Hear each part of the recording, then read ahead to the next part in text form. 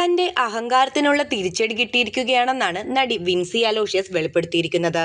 വളരെ ചുരുങ്ങിയ കാലം കൊണ്ട് തന്നെ മലയാള സിനിമയിൽ സ്വന്തമായൊരു ഇടം നേടാൻ വിൻസിക്ക് കഴിഞ്ഞിട്ടുണ്ട്. സംസ്ഥാന ചലച്ചിത്ര പുരസ്കാരമടക്കം നേടിയ നടിയാണ്.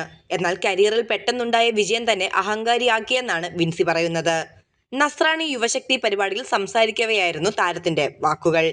സിനിമകൾ ഓരോന്നായി വന്നു തുടങ്ങി. കനകം കാമിനി കലഹം, ഭീമന്റെ വഴി, ജനഗണമന തുടങ്ങിയ സിനിമകളിൽ നല്ല ക്യാരക്ടർ റോളുകൾ ചെയ്തു. പിന്നീട് രേഖയിലൂടെ സംസ്ഥാന ചലച്ചിത്ര പുരസ്കാരവും കരസ്ഥമാക്കി. ആ വളർച്ചയിൽ രണ്ട് കാര്യങ്ങളാണ് ഉണ്ടായത്. ആദ്യം അനുഗ്രഹിക്കപ്പെട്ടവളാണെന്ന തോന്നൽ എനിക്കുണ്ടായിരുന്നു. സക്സസ് കൂടി വന്നതോടെ അനുഗ്രഹം എന്നത് മാറി അഹങ്കാരമായി. എന്റെ കഴിവാണ് അവസരം കിട്ടാനുള്ള കാരണമെന്ന അഹങ്കാരമായിരുന്നു എന്നിലുണ്ടായിരുന്നതെന്നാണ് വിൻസി പറയുന്നത്.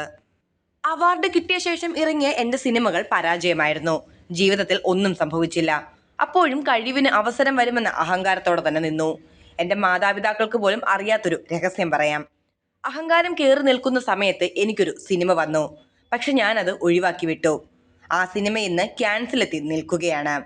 ഓൾ വി ഇമാജിനാസ് ലൈറ്റ് എന്നായിരുന്നു ആ സിനിമയുടെ പേര്. എന്റെ അഹങ്കാരം കാരണമാണ് ഞാൻ ആ ഒരു സിനിമ ഒഴിവാക്കിയതെന്നാണ് വിൻസി പറയുന്നത്.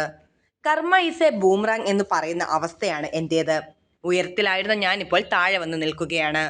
ആഗ്രഹങ്ങൾ നേടണമെങ്കിൽ ഉള്ളിൽ വിശ്വാസം വേണം, നന്മ ചെയ്യണം. അതൊക്കെ ചെയ്തിരുന്ന സമയത്ത് ഞാൻ എത്തേണ്ടിടത്ത് എത്തിയിരുന്നു. അതില്ലാത്ത സമയത്ത് ഞാൻ എവിടെയും എത്തിയിട്ടില്ല.